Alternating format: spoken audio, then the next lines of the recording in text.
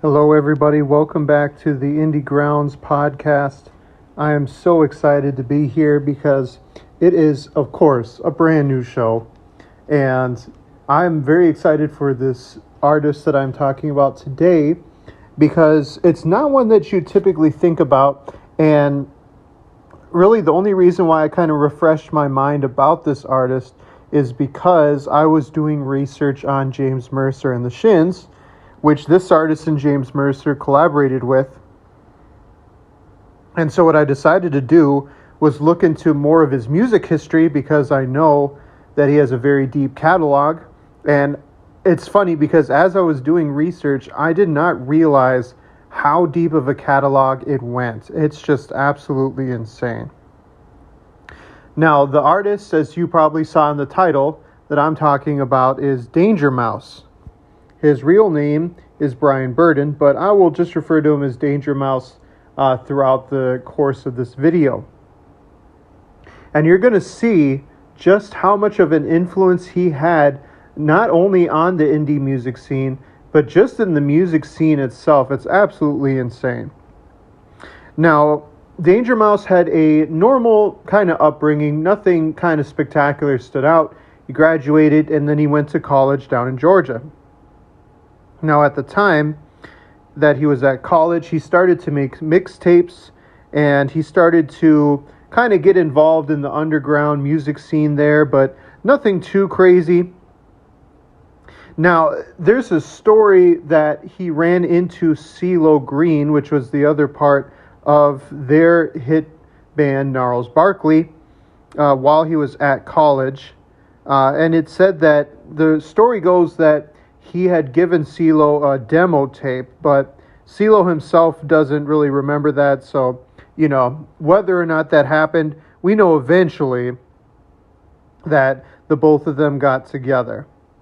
What's kind of funny is the name Danger Mouse came from an old English cartoon series. I didn't know that, honestly. I didn't really know where he got his name. Now, what happened next is him and CeeLo again meet up. They kind of exchange musical ideas, but again, nothing really comes together for it. Maybe it's one of those things where they recognize that both of them had talent, but both of them were not really keen on doing anything yet. So Danger Mouse up and moves to Britain for a few years. So he's there. He does some collaborations with a rapper named Gemini, and then probably his first breakout thing that he did was when he was living over there. He made what is called the Grey album. And what it was a cappella versions of JAY-Z's The Black album mixed with the Beatles' White album name. Personally, I have never listened to that album before, but it sounds so intriguing that I think I want to do it pretty soon. And what's funny is he created that album kind of as like a creative outlet, but it was just to kind of show his friends. It wasn't meant for a huge release or anything like that. But of course, they urged him to spread it over the internet. And it became so big that Rolling Stone magazine, Entertainment Weekly wrote reviews on it, highly favorable reviews. And he was named amongst the top men of the year by GQ that year in 2004. So, he is all of a sudden kind of just exploding out of nowhere. And in fact, so much so that he got the attention of the Gorillaz, pretty much creative brains behind the band, which one day I'm going to talk about him as well, because we got to talk about him. And he was so impressed by it that he asked Danger Mouse to produce their second studio album. What was their second studio album, you may ask? Well, that was the infamous album Demon Days, which I got to make a video about that as well. And that album, was nominated for so many Grammy Awards, and it just exploded. But again, you have to remember, Danger Mouse is still kind of just doing this behind the scenes. He's not front and center. He's not getting a bunch of attention. But he just keeps going. He does some work for TV shows. He does some more work for Gorillaz, some future hits. And then in 2006, he re-teams up with Gnarls Barkley. They released their first album, Saying Elsewhere, and I mean, come on. all of us have heard the single Crazy. It was the UK number one single. I'm sure, in the United States, it was like a top 10 single, maybe even a top 5 for a while. They started to open up for and became one of the main opening acts on the Red Hot Chili Peppers' infamous Stadium Arcadium album. And that is important for later, so remember that. He started touring with the Red Hot Chili Peppers. I started helping some indie bands in the time being. All of this is going on at the same time. It's absolutely crazy. So he does a few albums with the lead guy from the Gorillaz, from the Clash bassist, and some members from the Verve. So kind of like a super group. And then in 2008, him and CeeLo make the second album under Gnarls Barkley, The Odd Couple. It did not get as big of a success as their first album did, but, pretty decent as well. He did some more producing work with some more indie bands. And then he started working on the Black Keys albums. And one of the biggest ones was Attack and Release. And then, of course, Brothers, which was a massive hit. One day I also want to make another video about the Black Keys. So it's funny because whenever he starts kind of teaming up with the up-and-coming bands, he produces an album that just absolutely blows up. So far, just look at the list. He does his own one, the Grey album from way back when. He does Gnarls Barkley, their first album, which was huge, Odd Couple. He does their Gorillaz' second album, Demon Days, which is maybe one of the biggest albums from the early 2000s. And then he does Attack and Release and Brothers with the Black Keys, which was absolutely huge as well. So, he worked with Beck on his album, Modern Guilt, which was absolutely huge as well, won a bunch of awards. Now, I'm going to get to one of his last projects in a minute.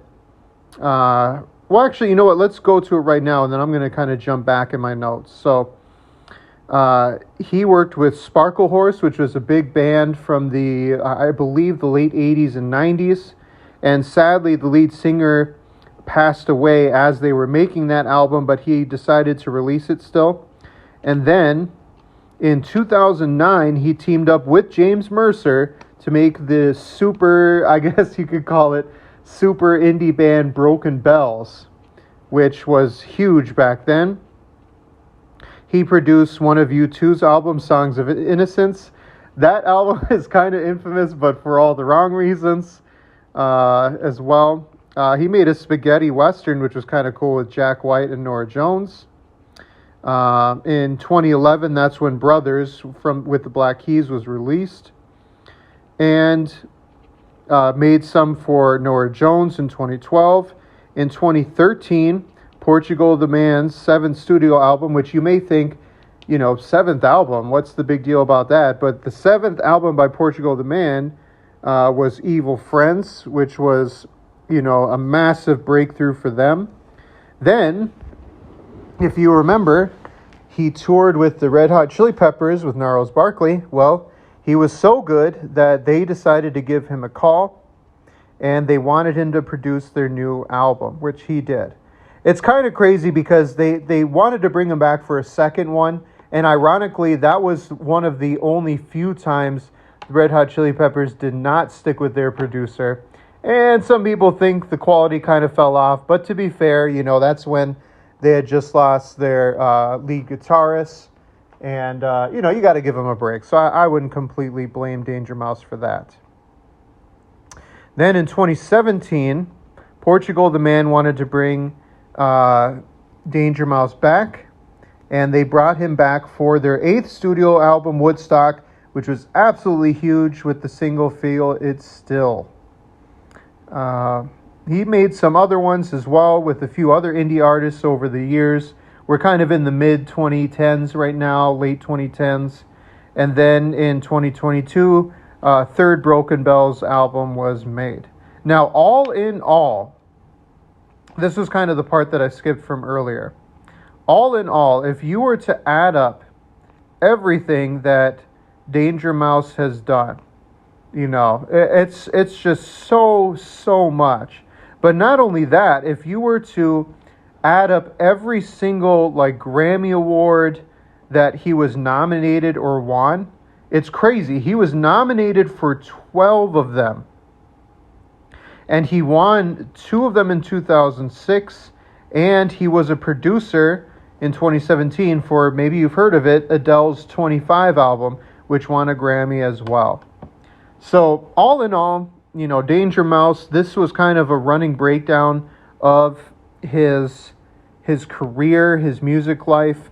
He just did so much for the world of indie music, rock music, that garage rock revival.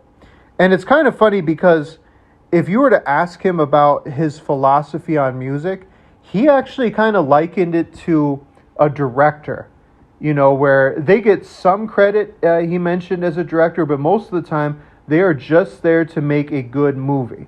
And that was kind of his philosophy. He doesn't want all the accolades. He doesn't want all the attention. He's just there to make art. He's one of those artists where he doesn't care about people's perception of him, what people think of him, or what people think of his music. He just makes art all the time. But anyway, I hope you all enjoyed that brief rundown of Danger Mouse. He's absolutely fantastic, very gifted musician, and I will see you all next week.